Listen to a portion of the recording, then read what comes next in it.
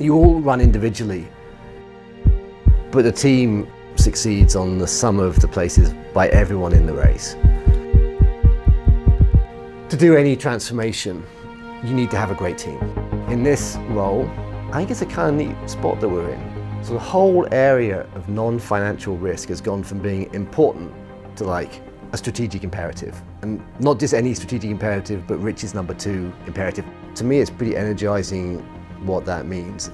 Our world of risk is complicated, changing fast, and really not that easy to get your head around.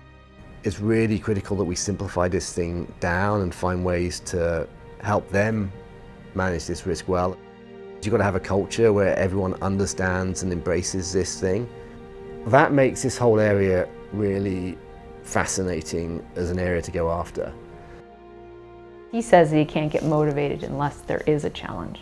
He loves races, he loves competing. This is his therapy. Every year I'll set myself a challenge.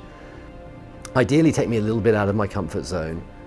Being up Kilimanjaro in Africa, I have cycled a whole bunch of stages of the Tour de France. And that sort of helps me, it gives me another focus in life, and it's kind of fun. My son, Max, who's basically a mini me. In fact, he's a faster runner than me. So I can beat him in like 2 miles and under, but he can beat me like in a 5K. He is head of risk and management for like commercial capital one. I want to be like a businessman like my father because I think that's kind of like cool. This didn't come from me, but my sister wanted the dog more than I did, but I take more care of the dog than she does. I always joke and say, if you ultimately can't exercise and you run out of hips, like I'm done, it's over, because I can't be around. For the longest time I'd get home from work, it'd be a tough day, and Brooke would say, don't stop, get your running gear on, you're leaving the house, because that was how I sort of decompressed. Now I have a daughter, so it does just as well. Before his surgery, we do this thing, try to knock me over, and he jumps behind us to double bounce us, and then we go flying, and if we fall, we get back up, and it's really fun. So she's the kid I would have liked to have been, I suspect.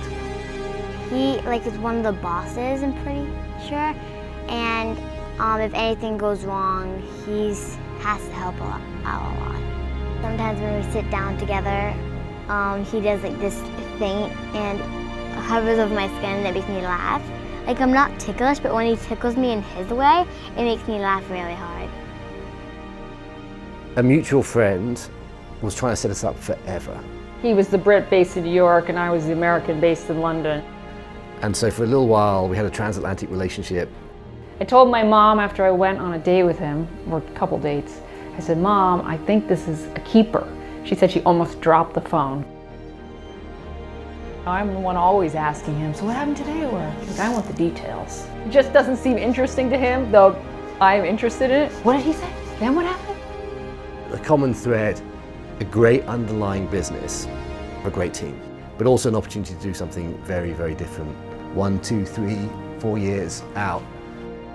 I do believe that everything is a marathon and not a sprint. And so every now and again you have to just push yourself to do something that maybe the first time takes longer, but after that you get better. And that creates efficiency, which you can then turn back into changing the world.